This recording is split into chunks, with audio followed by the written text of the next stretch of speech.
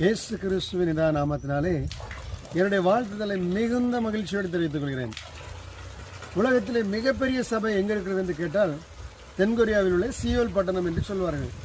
அவருடைய தலைமை போதவர் பேர் என்ன? பால் யங் சோ. அவருடைய சபை ஆரம்பிக்கும் போது 3 பேர் 4 பேர் தான் இருந்தாங்க. கிழிந்து போன தார்பாய், மிக மிக மிக தரித்திரத்தில் அந்த சபை இருந்தது. ஏன்னா அவர் புத்த மதத்திலிருந்து மரணத்துக்கு போராடி கொண்டிருந்த போது சயரோகம் டிபி வியாதியிலிருந்து இயேசு கிறிஸ்துவால் சோமாக்கப்பட்டு இயேசுவை ஏற்றுக்கொண்டவர். இப்போ பைபிள் காலேஜ் படித்து பாஸ்டர் வந்துட்டார். ஆனால் குடும்பம் மிக மிக கஷ்டமான குடும்பங்கிறனால தரித்திரத்தில் இருந்து கொண்டிருக்கிறார்.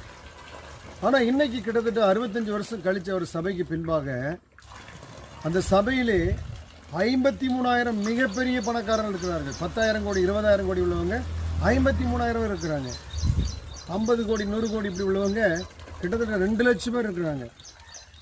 மிகப்பெரிய ஐஸ்வர்யவான்கள் அந்த சபையில் இருக்கிறாங்க.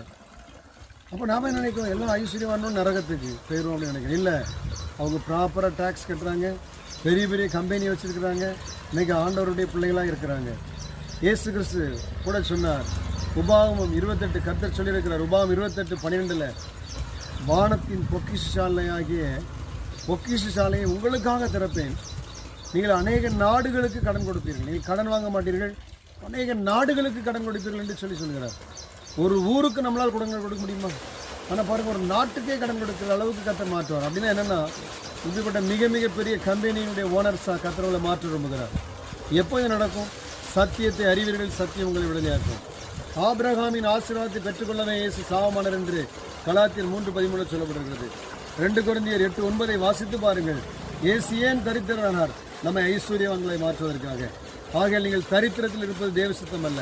வியாதி என்பது பிசாசின் வல்லமை, அதே போல தரித்திரம் என்பது ஒரு பிசாசு. இதை நீங்கள் ஜெயிக்க வேண்டும். நீங்கள் ஆசீர்வாதமான வாழ்க்கை வாழ வேண்டும், இந்த உலகத்திலும் வாழ வேண்டும். இயேசுவை ஏற்றுக்கொள்ளுங்கள், இந்த உலகத்திலும் ஆசீர்வாதமாக இருப்பீர்கள், மறுமையிலும் நித்திய ஜீவனை பெற்றுக்கொள்வீர்கள், பரலோக ராஜ்யத்தை பெற்றுக்கொள்வீர்கள். ஹல்லேலூயா. God bless you. இது பிரோஜனமாக இருந்தால் அனைவரும் ஷேர் பண்ணுங்கள். கர்த்தர் உங்களை ஆசீர்வதிப்பாராக. ஆமென், ஆமென்.